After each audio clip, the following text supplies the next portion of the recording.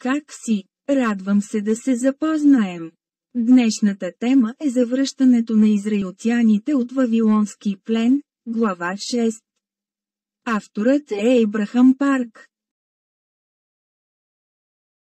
Обстоятелства, довели до второто завръщане. Храмът на Йерусалим е възстановен през 516 г. преди Христа и около 58 години по-късно. Второто завръщане се състоя през 458 г. преди Христа. В рамките на този период имаше инцидентът с Естер по време на управлението на цар Асуир, от 486 до 464 г. преди Христа. Този инцидент беше резултат от абсолютното Божие провидение да предизвика второто завръщане от вавилонското изгнание. Следното е обобщение на сметката. В Библията, Естер, е написано следното. Цар Асуир издигна Аман, сина на Агагеца Хамедата, и го постави над всичките князе, които бяха с него. Всички царски слуги, които бяха при царската порта, трябваше да се поклонят на Аман. Както беше заповядал царят. Въпреки това, евреинът Мардохей нито се поклони на Аман, нито му отдаде почит, въпреки ежедневните призиви на царските слуги. Слугите казаха на Аман за случая и той беше изпълнен с гняв.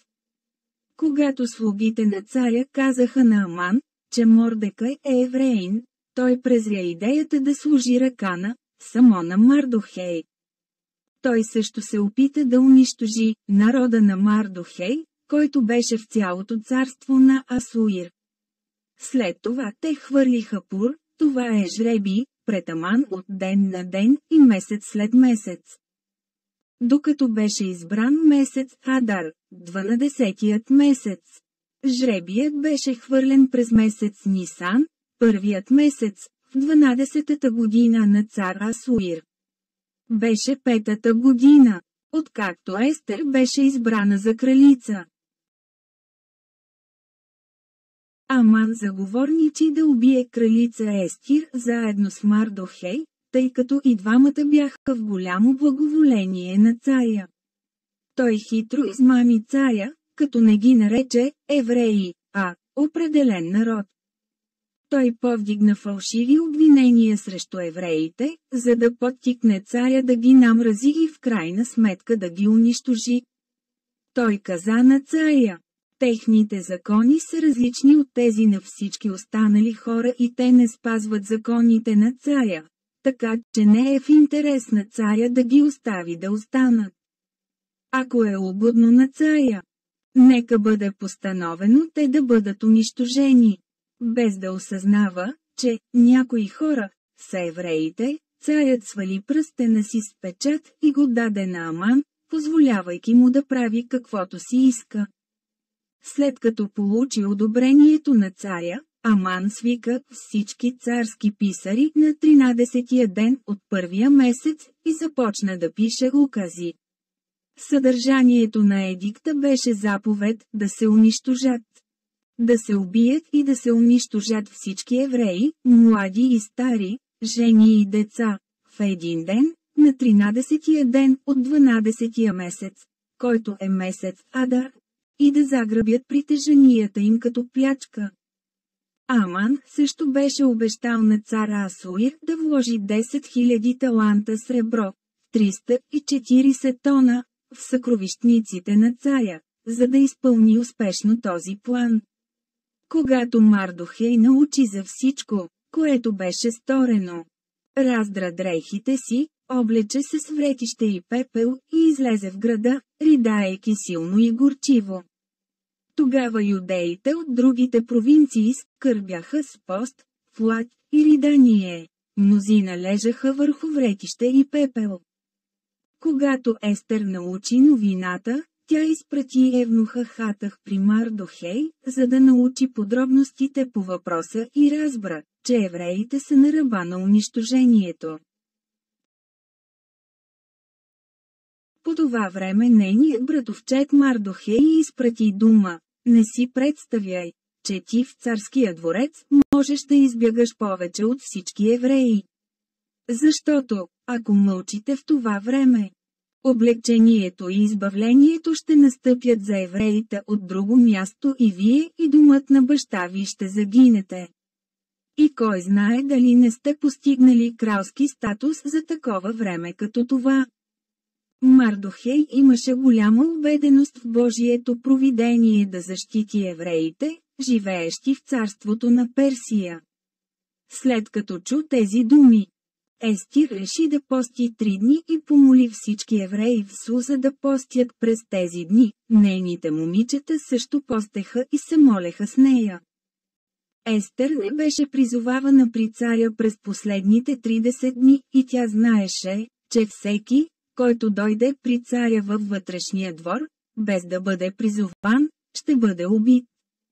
Въпреки това, след 3 дни пост, Естир отиде при царя с уникалната решимост: ако загина, загивам.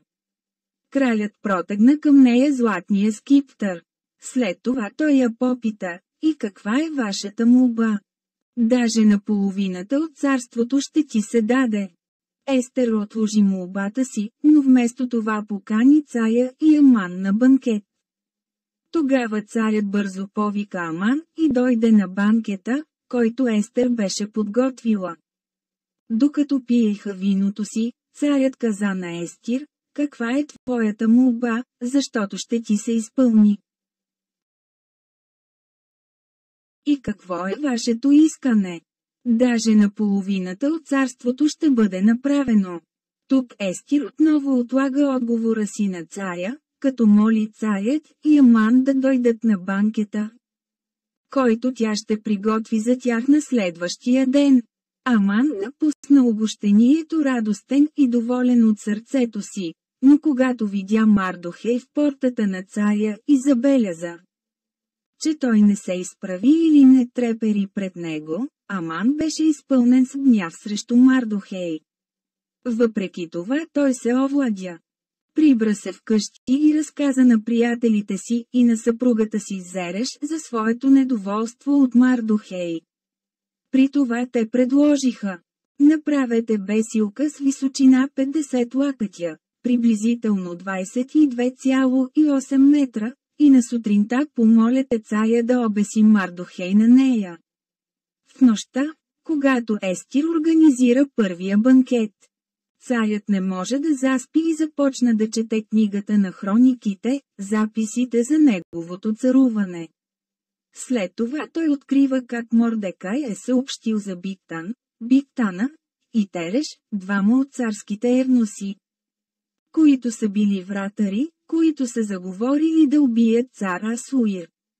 Двамата, които замисляха предателство, бяха обесени на бесилото, защото бяха най-големите престъпници. Но царят едва тогава открил, че са изминали 5 години от тогава и не е била дадена награда на Мардохей, който е извършил достойното дело да разкрие предателството им и по този начин да спаси живота на царя на Персия. Кралят веднага попита: кой е в двора? Аман току-що беше влязъл във външния двор, за да попита царя дали може да обеси Мардохей на бесилката, която току-що беше построил. Така че беше помолен да влезе при царя. Царят попита Аман, какво трябва да се направи за човека, когато царят желае да почете, и Аман, изпълнен с празна самонадеяност и вълнение, каза в сърцето си: кого би желал царя да почита повече от мен? Той отговори: за човека, когато царят желае да почете, нека донесат царска дреха, която царят е носил, и коня, на който царят е възседнал, и на чиято глава е поставена царска корона. И нека мантията и конят бъдат предадени на един от най-благородните принцове на краля, и нека те облекат човека, когато кралят желае да почете. И нека го поведат на кон през градския площад. И провъзгласете пред него, така ще се постъпи с човека, когато царят иска да почете. Така царят каза на Аман, направи така за юдеи на Мардохей, който седи при царската порта, не отстъпвай в нищо от всичко, което си казал. И Мардохей беше много почитан, точно както беше предложил Аман. Аман беше отговорил на царя, мислейки, че ще бъде почетен по този начин, но се случи точно обратното. Сега, на втория ден от банкета, докато кралят пиеше виното си, той попита за трети път, каква е вашата молба, кралице Естер? Ще ви се даде, и какво е вашето искане? Дори на половината от царството ще бъде направено. Естир 7, 2, първи и втори път. Естир 5, 3, 6. Тогава царица Естир отговори, ако съм намерила твоето благоволение, о, царю, и ако е угодно на царя, нека ми се даде животът ми като моя молба и моят народ като моя молба, защото бяхме продадени, аз и моят народ. За да бъдем унищожени, да бъдем убити и да бъдем унищожени. Тогава царят се разгневи и попита, кой е и къде е този, който би се осмелил да направи това? Тя отговори, враг и враг е този нечестив Аман. Царят се разгневи и отиде в градината на двореца. Междувременно Аман отчаяно моли кралицата за живота си. Точно когато царят се върна от градината, Аман случайно падна на дивана, където беше Естер. Кралят го видя и каза, ще нападне ли дори кралицата, когато съм в къщата? Когато думата излезе от устата на царя, хората покриха лицето на Аман. Тогава Харбона, един от царските евнуси, един от 7-те евнуси, съобщава, че 50 лакътя, приблизително 22,8 метра, бесилка, която Аман бил направил за Мардохей, стояла в къщата на Аман.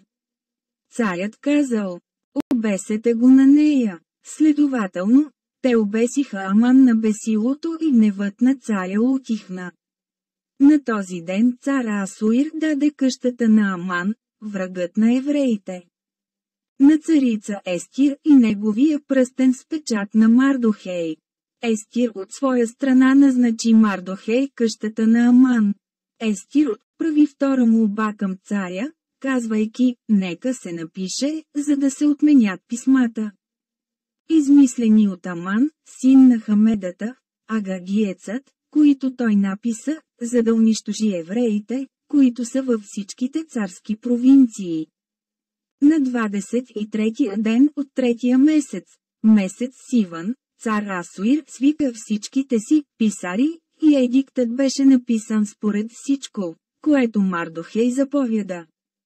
Той беше написан на евреите, сатрапите, управителите и принцовете на 127-те провинции, които се простираха от Индия до Етиопия. Беше написано на всяка област според нейната писменост и на всеки народ според езика им, както и на евреите според тяхната писменост и техния език.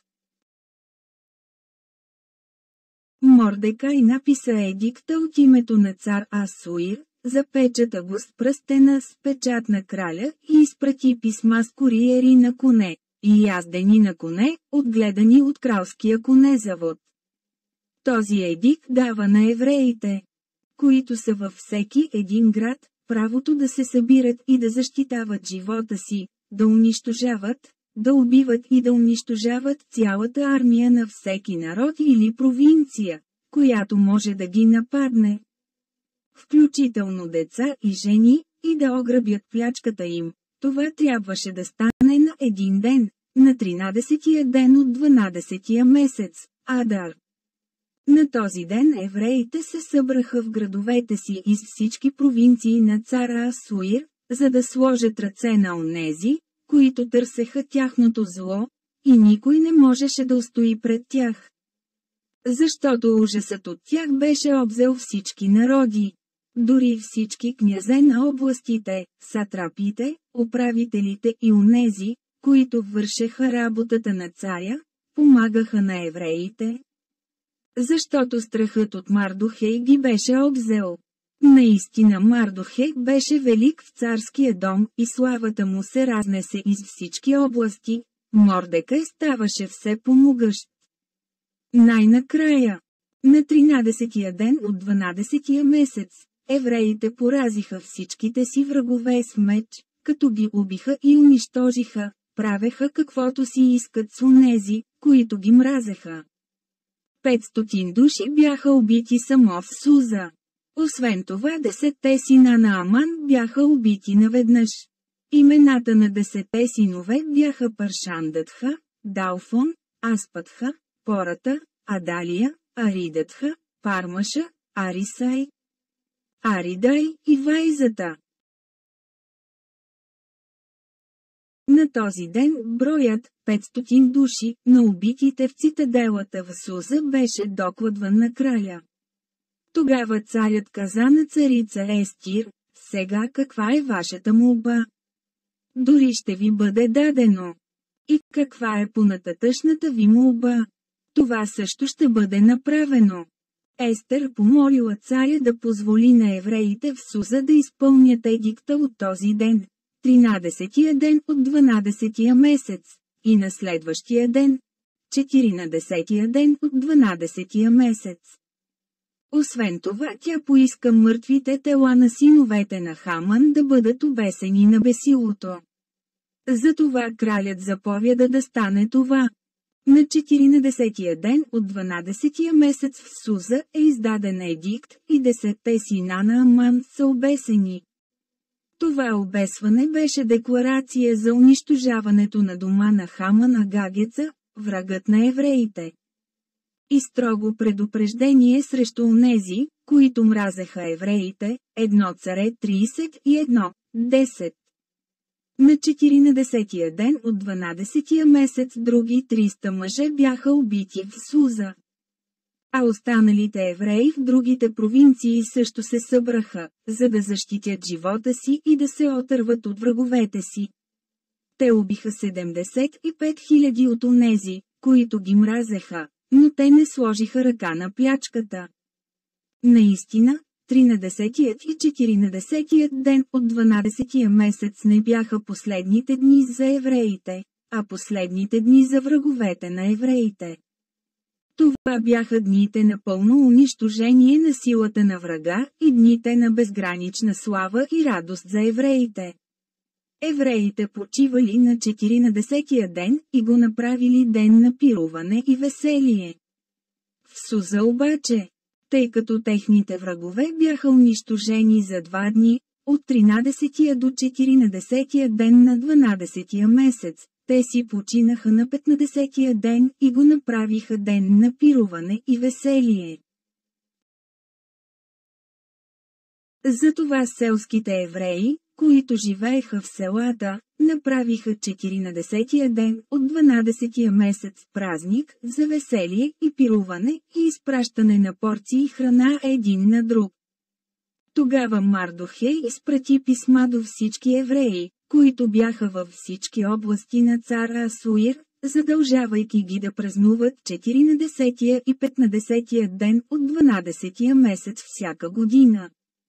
Тези 2 дни бяха наречени Пурим, след думата Пур, която се отнася до жребия, който беше хвърлен за унищожаването на евреите в един ден.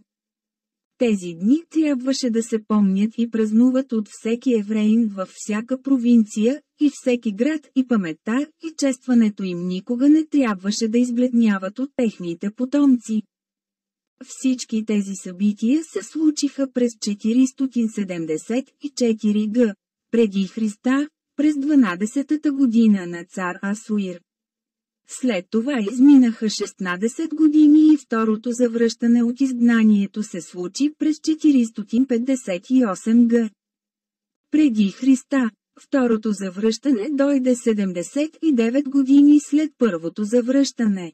Сърцата на всеки евреин, разпръснат из 127-те провинции на Персия, трепереха в силен страх да не бъдат унищожени в един ден. Въпреки това, те бяха чудотворно спасени от Божието абсолютно и суверенно провидение и този инцидент трябва да е изиграл решаваща роля за задействането на второто завръщане от изгнание. Реформите на Ездра. Книжникът и свещеникът Ездра. В Библията, Ездра 7 до 10 глава, е написано последния начин. Езра беше водачът на второто завръщане от изгнанието и името му означава «Господ помага». Като потомък на първосвещеника Аарон, той беше свещеник, както и писар и лидер. Писанието коментира относно Ездра, по време на управлението на Артаксеркс, царя на Персия, се изкачи Ездра. Библията също така казва, и царят му даде всичко, което поиска, защото ръката на Господа, неговия Бог, беше върху него. Имайки предвид тези записи, може да се предположи, че Ездра вероятно е започнал своето служение през 464 г. преди Христа, годината, в която цар Артаксеркс се възкачи на трона. В допълнение, Неемия 12:26 ни инструктира, че Ездра е бил активен в дните на Йоаким, сина на Йешуа, сина на Йоседак, както и в дните на управителя Неемия. Първосвещеникът Йоаким беше синът на Йешуа, Исус Навиев, Неемия 12:10, а Исус Навиев беше синът на Йозадек, Агей 1:1, а Йозадек беше синът на Серая, който беше първосвещеник по време на падането на Южното царство на Юда през 586 г. преди Христа, 4 царе 25:18. Ездра, който е роден в Вавилон, решава да се откаже от всичките си права в Вавилон. Той беше книжник, опитен в закона и беше решен да изучава закона на Господа и да го практикува, и да учи на неговите наредби и наредби в Израел. Думата умел е махир на еврейски, което означава бърз или опитен, и сочи към компетентността и владеенето на Божия закон на Ездра.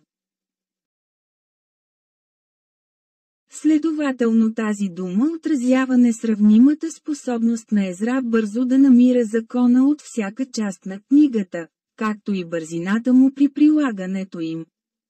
Като писар и свещеник по време на период на изключителни национални сътресения, Езра беше велик пионер, който запали първите пламъци на трансформация в еврейската история. Освен това, думата писар е причастна форма на еврейската дума сепар, която означава да пиша. Номинативната означава този, който пише, което е писар. Книжниците по времето на Ездра изучават законите на Мойсей и ги учат на хората, които се завръщат от изгнание. Те се съсредоточиха върху премахването на идолопоклонството на чуждите богове и възстановяването на вярата на хората в Господ. Наистина, преподаването на Словото Божие трябва да стане задължение за цял живот на служителите на Господ. Подобно на Езра, те трябва да преподават, докато настроят сърцата си първо да изучават и практикуват Словото на Бог. Реформите на Езра. Реформите на Ездра били проведени по различни начини. Народът, свещениците и левитите се омъжваха за чужденци, а князете и владетелите бяха най-активни в смесването с хората на земята. Когато Езра научи за това, той понесе греховете им на плещите си и направи изповед.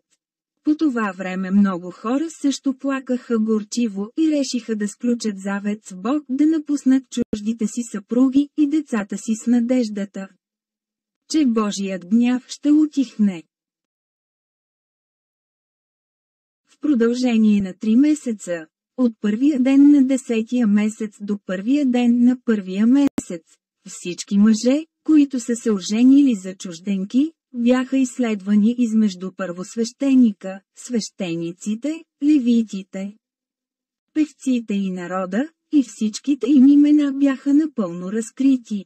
Първо те изповядаха греховете си и се помолиха със сълзи пред храма Господен. Всички реформи трябва да започват с молитва и покаяние. При пристигането си в Йерусалим Езра открива, че народът на Израел е сключвал бракове с чужденки през последните 58 години, откакто храмът е бил възстановен. Ездра раздра дрехата и мантията си, изскуба част от косата на главата и брадата си и седна ужасен. При вечерното приношение той стана, дори с разкъсана дреха и мантия, и се поклони пред Божия дом. Молейки се и плачейки, докато се изповядваше за техните беззакония. Докато се молеше, около него се събра твърде голямо събрание, което също горко плачеше. Шеханая излезе пръв измежду хората при Ездра, решен да се покае и да се подчини на закона.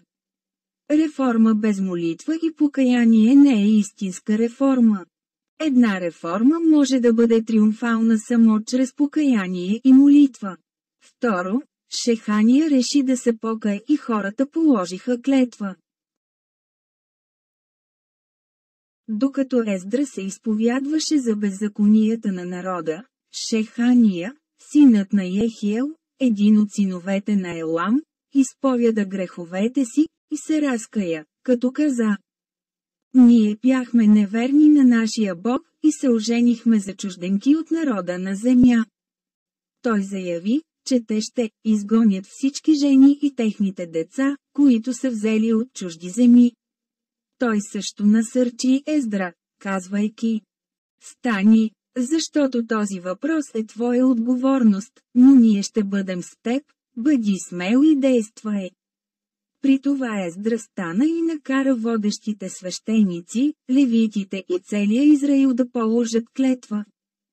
Че те щяха да направят според това предложение, така те положиха клетва. Трето, събранието на Израел беше свикано. Ездра стана от Божия дом и влезе в стаята на Йоханан, сина на Елияшив. Ездра не яде нито хляб, нито пи вода, защото скърбеше за неверността на изгнаниците. Той свика събрание на Израел в Йерусалим и направи мощна декларация, че всеки, който не дойде в рамките на 3 дни, всичките му притежания ще бъдат конфискувани звездичка и самият той ще бъде изключен от събранието на избрания народ. В резултат на това цялото имущество на грешника беше конфискувано и дори членовете на семейството му бяха наказани. Всичките хора се събраха в рамките на 3 дни, на 20-я ден от 9-я месец. Заваля проливен дъжд, така че хората не можеха да стоят на открития площад и това накара сърцата им да треперят силно поради греховете им. Ездра провъзгласи: Сега, прочее, изповядай се пред Господа, Бога на бащите си, и върши Неговата воля. И се отделяте от народите на земята и от жените чужденки. Събранието отговори с висок глас: Точно така, както казахте, това е наш дълг да направим. Въпреки това, това не беше проблем, който можеше да бъде решен за 1 или 2 дни. По този начин имаше предложение да се назначат водачи по този въпрос и да се определят определени времена, така че тези, които са се оженили за чужденки, да могат да разрешат въпроса с старейшините и съдиите на всеки град в рамките на определеното време. Само Джонатан и Язея се противопоставиха на това, докато Мешулам и левитът Шабета и ги подкрепиха. Ездра постави началници на всеки от бащините им домове, всички по име. Тогава, на първия ден от 10-я месец, те започнаха да разследват въпроса за мъжете, които са се оженили за жени чужденки. Те завършиха подробното и внимателно проучване след 3 месеца, на първия ден от първия месец на следващата година. Четвърто, беше оповестен списъкът на тези, които са се оженили с чужденки. Ездра. Глава 10 описва подробно списъка, съставен по време на тримесечното разследване на онези, които са се оженили за чужденки. Имаше общо 114 души, 5 от дома на първосвещеника, 118. 13 от дома на свещениците, 10 от левитите и 86 от обикновените хора. Според този списък водачите са били най-предни в тази невярност. Ездра 9:2. Според Ездра, глава 2, свещениците съставляват само около 10% от общия брой хора при първото завръщане от изгнание и въпреки това те съставляват 15% от общия брой хора, които са се оженили за чужденки. Това показва, че лидерите са били начело в извършването на този грях. В Ездра 10:44 също се казва, някои от тях имаха жени, от които имаха деца. С други думи, чрез тази реформа имаше много хора, които трябваше да понесат горчивата болка от раздялата не само с жените си, но и с децата си. Една реформа, която се извършва според волята на Словото. За да изпълни управлението на Божието изкупление, трябва да издържи и преодолее дори болката от прекъсването на семейните връзки, Матей 10:37. Както се вижда отгоре, народът на Юда беше духовно в застой за 58-те години след завършването на реконструкцията на храма. Тогава Бог подготви духовната основа за второто им завръщане чрез Мардохей и Естер. След първото завръщане Божиите хора вървяха по пътя на покварата, дори след като завършиха възстановяването на храма сред големи трудности. За да спаси своите, Бог призовава свещеника и книжника Ездра в Йерусалим при второто завръщане от Вавилон. Ездра 7:6-9. Бог събуди народа си за покаяние чрез Ездра и това беше неговата голяма милост и любов да възстанови чистотата на вярата им. Авторът на тази книга е Ейбрахам Парк. Ейбрахам Парк беше всепризнат теолог от световна класа с забележителна пасторска духовност. Той беше посветил целия си живот на молитвата и писанията, като прочете Библията над 1800 пъти. През цялото си служение, през целия си живот той беше истински пастор, който обичаше църквата и събранието като свои деца. Дневният му график се състоеше от 2-часови молитви и 3-часови четения на Библията, както и непрекъснато проповядване и евангелизиране. С убеждението, че да умреш означава да живееш, той даде всичко от себе си в молитвения си живот към Бог в продължение на 3 години, 6 месеца и 7 дни в дълбоките планини. Когато слънцето залезе, той не направи нищо друго, освен да се моли. Когато слънцето изгря, той не правеше нищо, освен да чете Библията. Тогава, най-накрая, един единствен лъч благодат блесна върху него. По време на мощното озарение на Светия Дух и по Божията благодат, сцените в Библията се разгръщат като панорама пред очите му. Тези сцени бяха записани върху големи листа от стрела, които бяха свързани с клонка. По-късно те бяха преписани на хартия, купувана от село под планината на всеки няколко месеца. Ето как започнаха проповедите на Ейбрахам Парк. Много хора са впечатлени от Абрахам Парк последния начин. Как може човек да обича толкова много хора? Как може един човек да окаже такова голямо влияние на толкова много хора? Той е толкова трудолюбив, никога не почива. Той не спираше да се моли. Той заслужава да бъде наистина почитан за своята отдаденост към църквата и конгрегациите. Истински и верен Божи работник.